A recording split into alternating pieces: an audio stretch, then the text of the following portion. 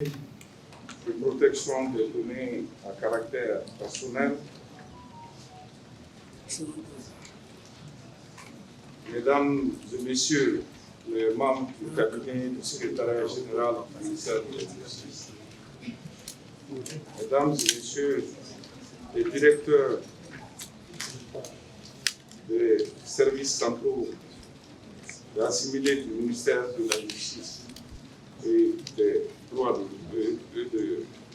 l'homme,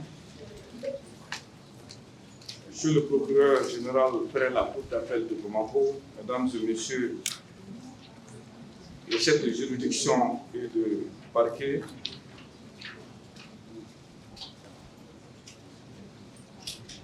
Monsieur le directeur général de la gendarmerie nationale, Monsieur le directeur national de la police technique et scientifique, Monsieur le directeur de la justice militaire,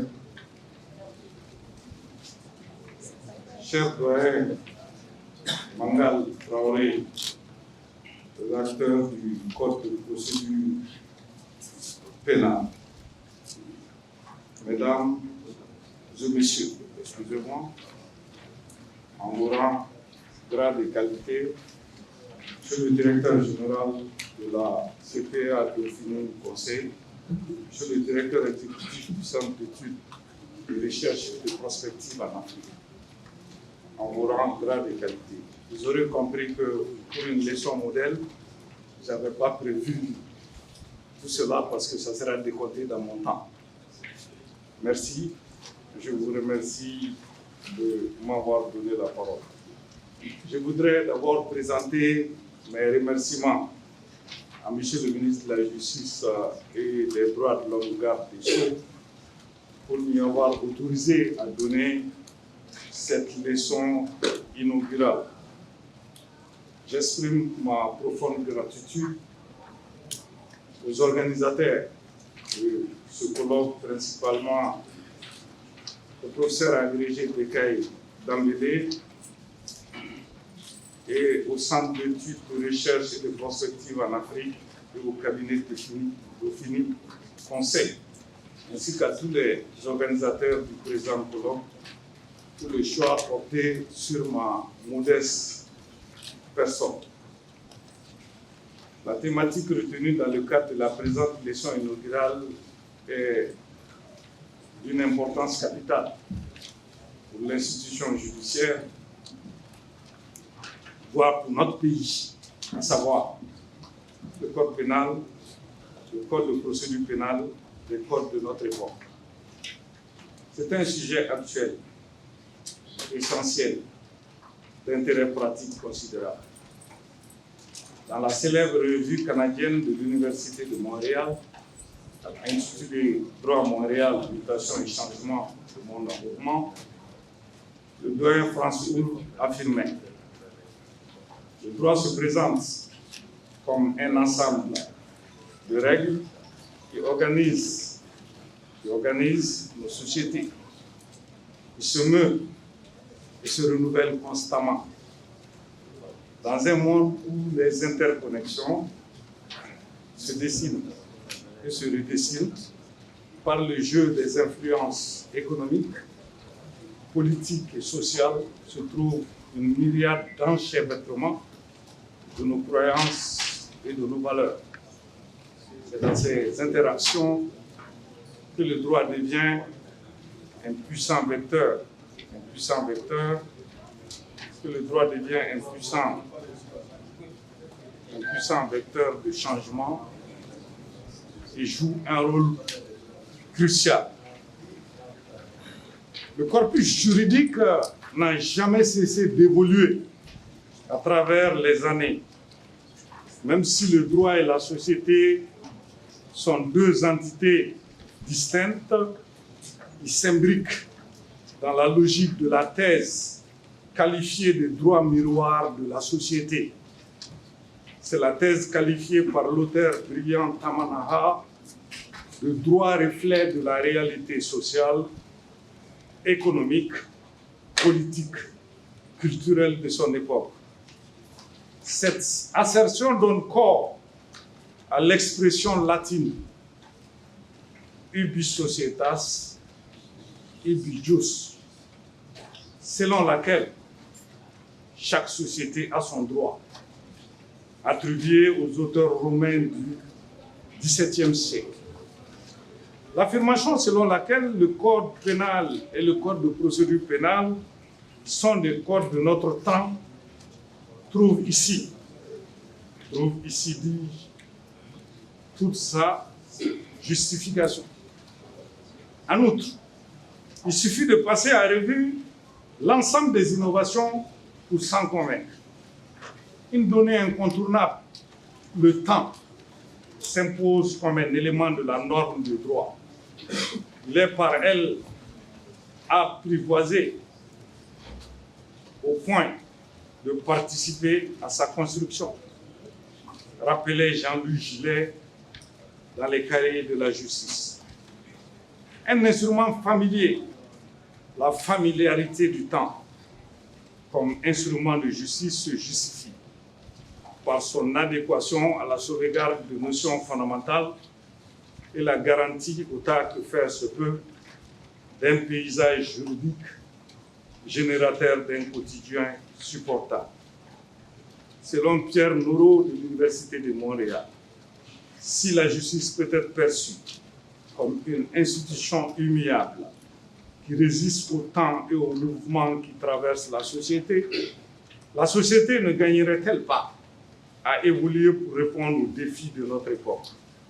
Lorsque le système et les demandes sociales arrivent à un point d'achoppement, la justice peut être amenée à évoluer, à innover, alors que la société est constamment en questionnement, en évolution. Le système de justice doit s'adapter. Bien que l'institution judiciaire ne puisse pas se réformer au moindre soubresaut observé dans la société, elle doit être capable de répondre aux besoins que celle-ci exprime, si elle ne veut pas devenir obsolète ou déconnectée de la réalité. La distribution de la justice constitue un domaine qui suscite une attention particulière dans un État soucieux de garantir la paix et de promouvoir les investissements tant nationaux qu'internationaux.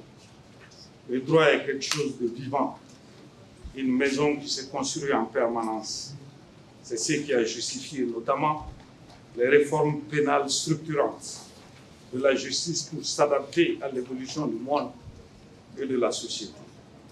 Les réformes holistiques de la justice malienne sont perceptibles à la fois à travers ce qu'on peut qualifier de métamorphose du système pénal, du revirement du droit processuel et d'une transformation institutionnelle pénale atypique. Le nouveau code pénal et le nouveau code de procédure pénale sont des codes de notre temps. Ils constituent le troisième du Mali indépendant. Ils sont plus riches et plus denses. Comme rappelé par le ministre de la Justice et des Droits de l'Homme, garde des Sceaux, le nouveau code pénal comporte 702 articles contre 328 dans l'ancien. Et le nouveau code de procédure pénale compte 1373 articles contre 634 dans l'ancien. Ils sont également plus modernes, plus adaptés à l'évolution de notre société, apportant des solutions aux préoccupations des populations, avec des mesures innovantes et holistiques, jamais explorées, des infractions et approches pénales en phase avec l'évolution socio-économique de notre temps et qui font leur entrée pour la première fois dans notre ordonnancement juridique. Cette adéquation sociétale est perceptible à travers à la fois la métamorphose du droit répressif que par le remaniement du droit processuel répressif. Il convient de démontrer cette approche avec l'œil du juriste, du chercheur, du praticien, de l'administrateur de la justice, à travers une approche dite 20-20. 20-20 pour démontrer à l'aide de 20 nouvelles infractions du droit processuel pénal et de 20 nouvelles mesures du droit processuel, l'adaptation de notre processus et de notre arsenal pénal et l'évolution de notre temps par le secouement de ce que les chercheurs appelleront l'enfant terrible de tennis, le droit processuel et le balbutiement du droit répressif, le remaniement du droit processuel malien. Les chercheurs parleront du sérieux secouement de l'enfant terrible de tennis, qui est perceptible au niveau du droit processuel par l'introduction des innovations et des mesures novatrices au niveau de la procédure pénale, perceptible à travers un échantillon de 20 mesures jamais explorées auparavant qui font leur entrée pour la première fois dans l'ordonnancement juridique malien, à savoir les 20 mesures. 1. La suppression des immunités au profit des élus. Article 969. L'immunité constituait une couverture, une protection pour certains qui les mettraient à l'abri des poursuites ou d'autres mesures contraignantes. On se rappelle de certaines dérives et le juge avait des difficultés pour poursuivre sans lever l'immunité qui constituait un parcours du combattant. 2. L'institution du juge de l'application des peines, article 1149. L'absence du juge de l'application des peines était source d'abus dans le traitement de la situation carcérale et les difficultés du renouvellement du mandat et le non-suivi de la situation carcérale des détenus. 3. L'institution d'un collège des juges de la détention et de la liberté. Les abus constatés dans la délivrance des mandats de dépôt et d'autres titres d'écrou et la non-justification dans beaucoup de cas de leur délivrance ou de leur renouvellement ont justifié la mise en place d'un collège des juges des libertés au Mali, contrairement à beaucoup de pays, même développés, où on parle du juge des libertés. Il existe désormais un collège des juges des libertés. C'est bien osé. Le référé liberté, article 300. Le référé liberté serait de nature à mettre fin ou réduire drastiquement les détentions non justifiées et les mandats abusifs. Il serait désormais possible de solliciter la liberté en procédure de référé après le mandat si l'on peut évoquer des motifs légitimes. 5.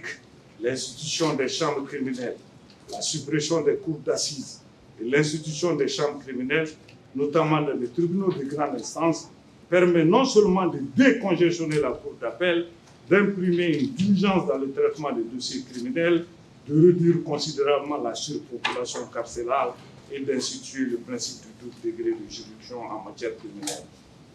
6. L'imprescriptibilité des crimes d'atteinte au bien public.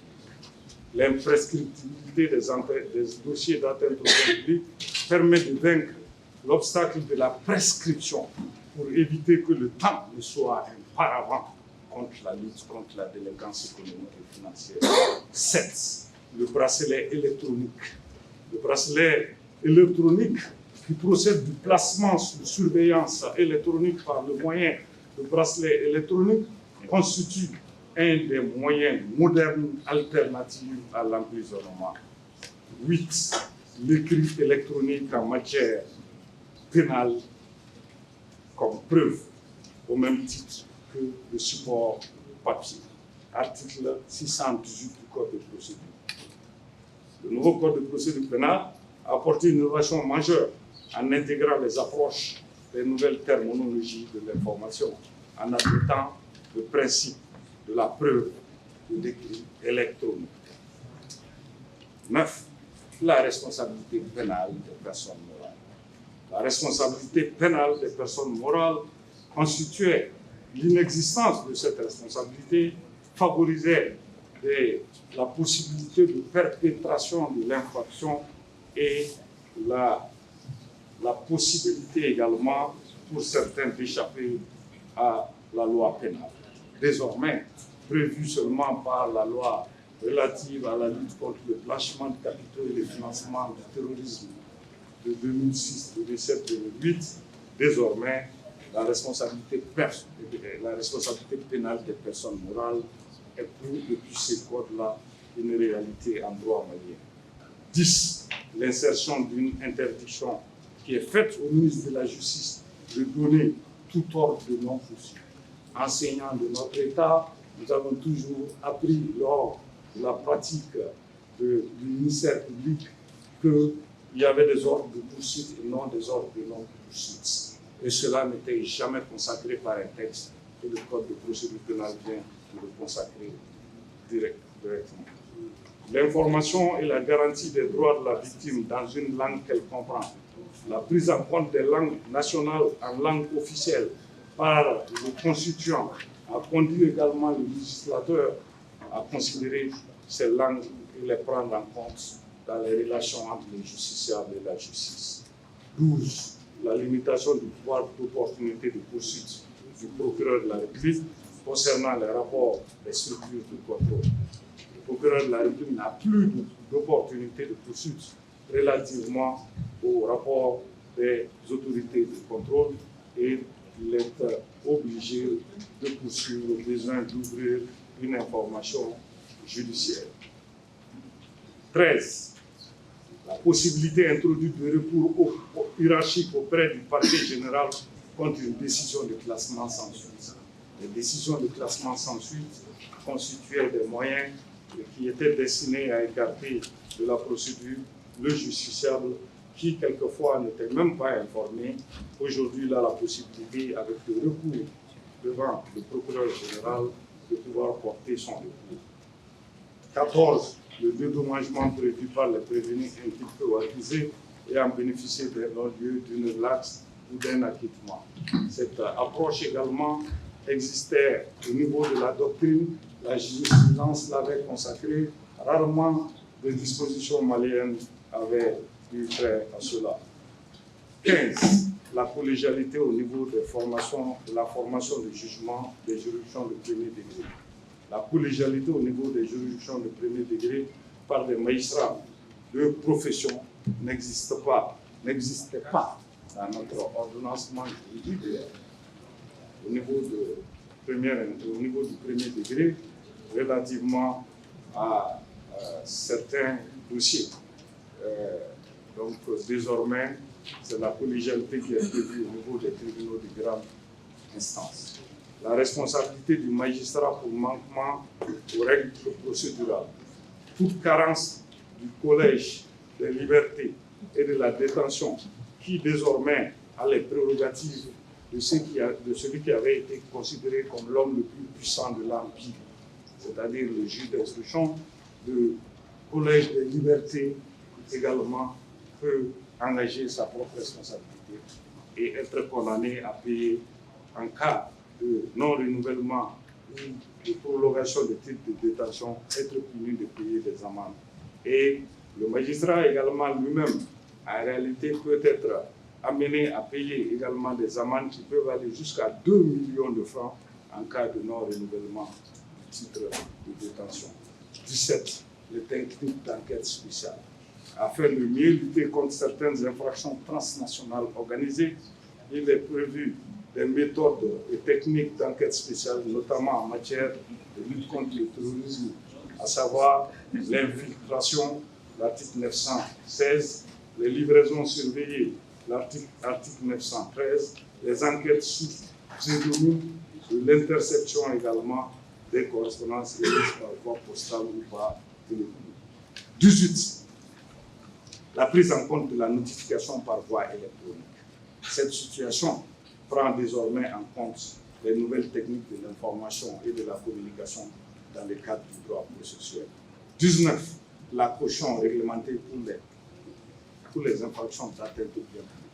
En matière d'infractions économiques et financières, en lien avec la corruption ou les biens, et lorsque les conditions sont réunies, la mise en liberté peut intervenir avec le paiement d'une caution fixée aux 2/3 des sommes en cause, mais ne peut jamais intervenir en deçà de la moitié. et cette circonscription n'existait pas, ce qui donnait la latitude et quelquefois une sorte de libertinage dans la fixation des cautions judiciaires. La procédure de la médiation pénale en matière de délinquance économique et financière. La procédure de la médiation pénale qui permet de mettre fin à l'action publique relativement à certaines infractions, d'autres dont les atteintes aux biens publics et les crimes de sang étaient exclus. Avec l'adoption du nouveau code de procédure pénale, désormais il est possible de faire la médiation pénale en matière de délinquance économique et financière. Cette procédure qui doit également associer la Direction générale du contentieux de l'État et la nouvelle agence de recouvrement des biens saisis. C'est une alternative à l'emprisonnement. Il participera au désengorgement des prisons et à éviter l'approche du tout prison, qui a montré également ses limites. La métamorphose du dispositif répressif, une pénalisation à l'ère du temps, à travers également 20 nouvelles infractions qui n'ont jamais existé en République. 1.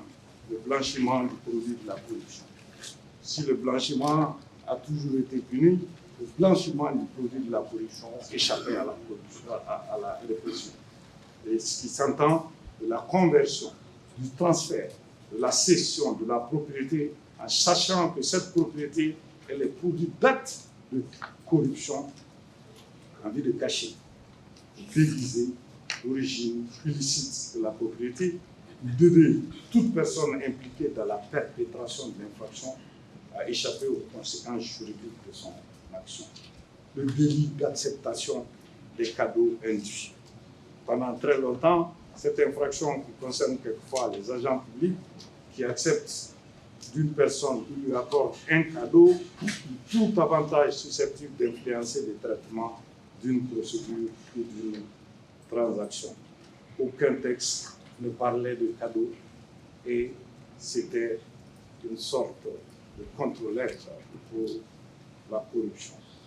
La protection des témoins, des experts, des dénonciateurs et des victimes, ce qu'ils ont appelé les lanceurs d'alerte.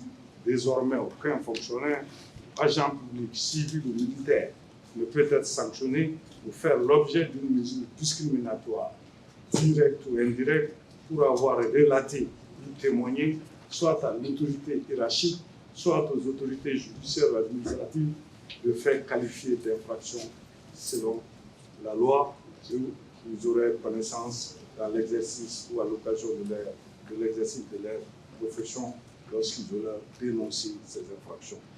L'apologie du terrorisme. Dans ce domaine également, il y avait un libertinage.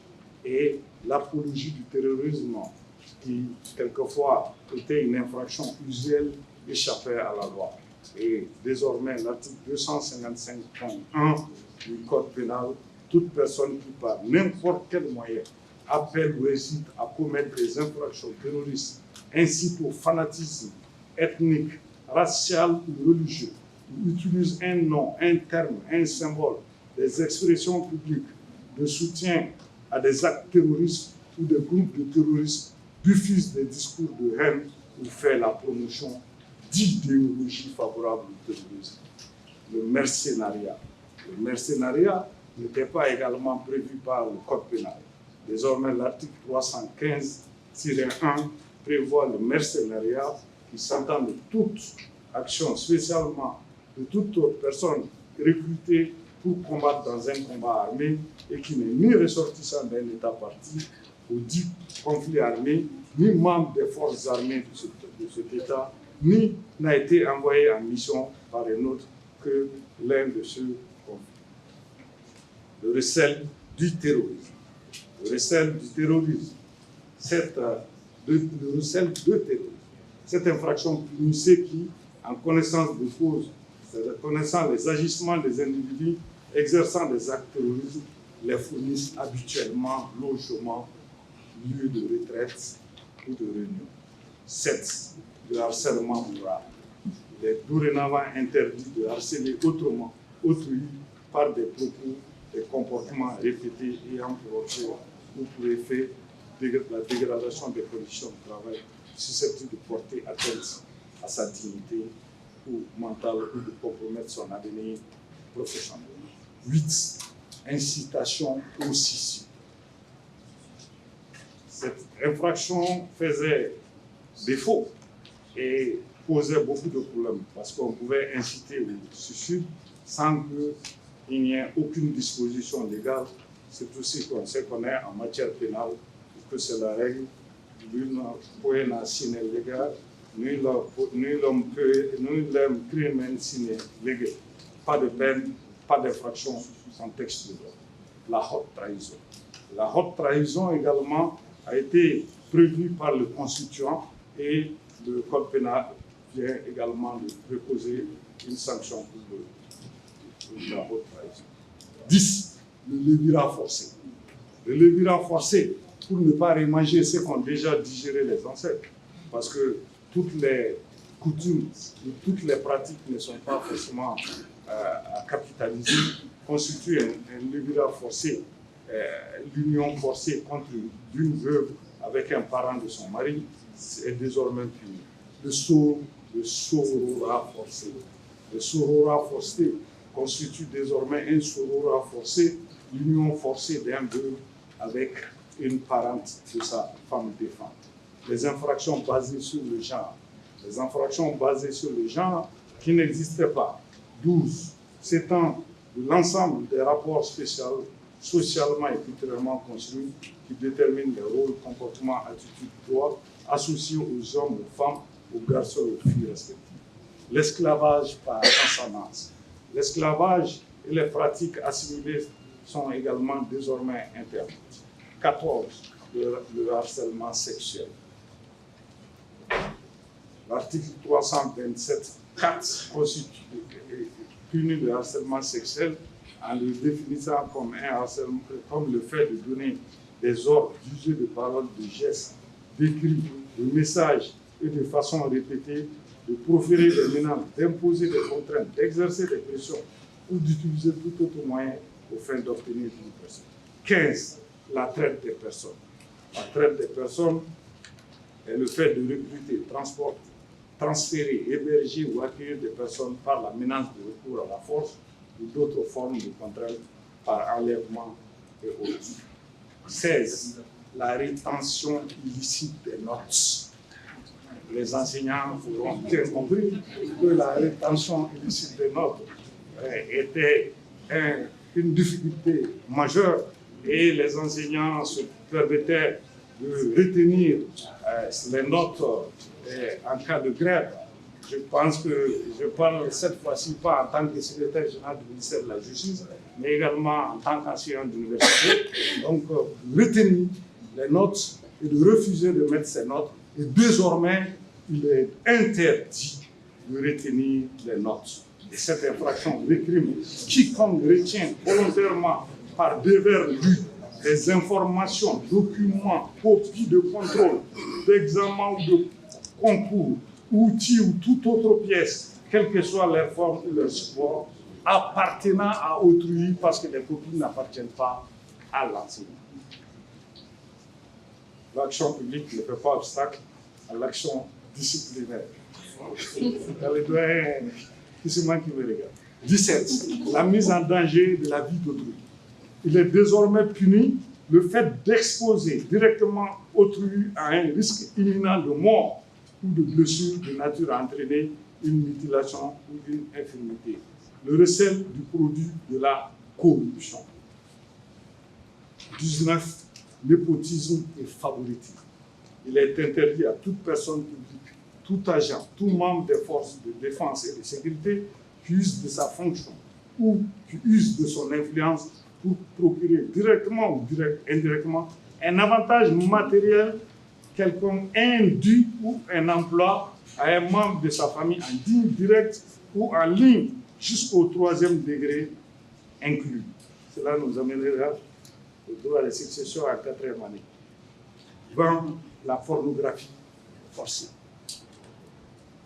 Et cette infraction également punit ceux qui incitent, exposent, obligent autrui à des actes obscènes. Le code pénal et le code de procédure pénale sont, vous aurez compris, deux textes générationnels et constituent la manifestation éclatante des réformes innovantes pénales innovantes.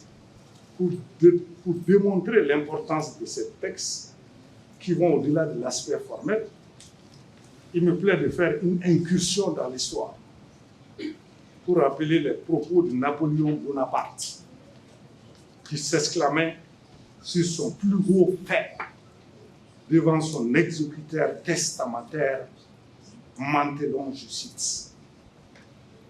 Ma vraie gloire n'est pas d'avoir gagné 40 batailles.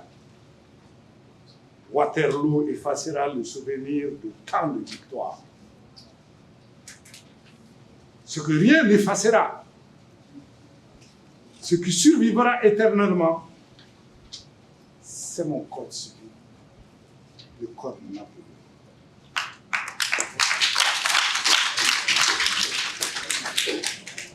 Texte de Saint-Hélène, 1815.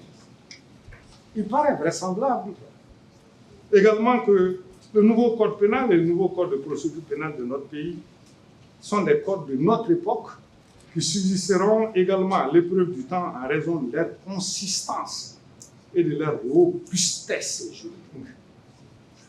Ils peuvent être considérés parmi les meilleures réformes pénales des dernières décennies, dira le chercheur, après avoir exploré un échantillon de 20 infractions, jamais appliquées en République du Mali, et un échantillon de 20 mesures jamais explorées et jamais existantes au niveau de notre ordonnancement juridique. Le chercheur objectif s'exprimera que c'est les meilleures réformes des dernières décennies en République. La recherche de l'efficacité de la lutte contre la délinquance économique et financière a également conduit à instituer un pôle national économique et financier, un pôle judiciaire de lutte contre la cybercriminalité, un parquet spécialisé de lutte contre le terrorisme et la criminalité transnationale organisée, une agence de recouvrement et de gestion des avoirs saisis ou confisqués, dont les compétences sont également précisées par ailleurs dans le code de procédure pénale et qui sont des entités pénales à prérogatives ponctuelles. Ils sont des entités pénales à prérogatives ponctuelles. Oui, un sage affirmait qu'il n'y a pas de réforme sans croissance et pas de croissance sans réforme. Ensuite, un auteur indiquait à sa suite que la justice n'est pas qu'une notion abstraite, mais un besoin qui ne peut pas attendre demain. D'où la nécessité, la justification et l'importance des réformes pénales opérées et en adéquation avec nos réalités socio-économiques, comme le rappelle régulièrement à juste titre l'artisan principal, le ministre de la Justice et des Droits de l'Homme, garde des Sceaux, M. Mamoudou Kassobe, en ces termes. Les bases de la justice de demain se façonnent aujourd'hui. Dans un article intitulé « Le temps et le droit », Camille Geoffrey-Cipronusi, professeur, disait ceci: « Il est intéressant de remarquer que le lien qui existe depuis l'origine de la naissance du droit dans toutes les civilisations entre le droit et le temps aujourd'hui est plus fort que jamais. Mais le rapport semble s'inverser. Le temps l'emporte sur le droit. Si pendant des siècles, le droit a su maîtriser le temps, il semble qu'aujourd'hui, le temps ne supporte plus ou mal le joug du droit. L'évolution de la science, de l'économie, des techniques, des technologies, de l'information et de la communication, de mœurs est trop rapide. De nombreuses lois ou décisions de justice à peine prises sont déjà dépassées et deviennent inadaptées, voire injustes. Tout va vite trop vite. Comme le disait déjà Amblé, le temps est sorti de ses gonds. Le droit peine à le rattraper. Il doit être dans une action perpétuelle d'adaptation. D'où la thématique pertinente, la thématique principale pertinente du colloque, entre espoir et incertitude. Oui, entre espoir de s'adapter ou incertitude d'être dépassé, ou d'explorer de fausses solutions à de vrais problèmes, dira le chercheur. Des fausses solutions à de vrais problèmes, qui constituent également un mérite, celui de trouver le problème existant et un début de solution à améliorer. En tout état de cause, le droit, la réforme du code pénal, du code de procédure pénale, en tout état de cause, on pourra dire, à la suite de Philippe Tiger, qu'il importe et de faire remarquer qu'il faut faire évoluer dans l'avenir les règles de droit dans le sens d'une autonomie africaine plus marquée, tout en préservant l'indispensable cohérence avec des objectifs socio-économiques de portée endogène, exogène, nationale, transnationale, propre à nos propres réalités, comme Ibi Societas, Ibi Jus.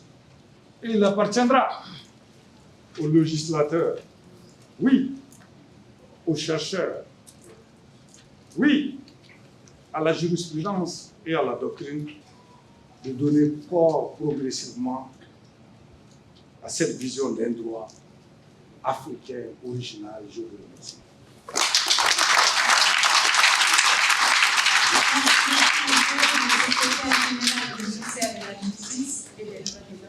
S'il vous plaît, ovationnez-les du plus.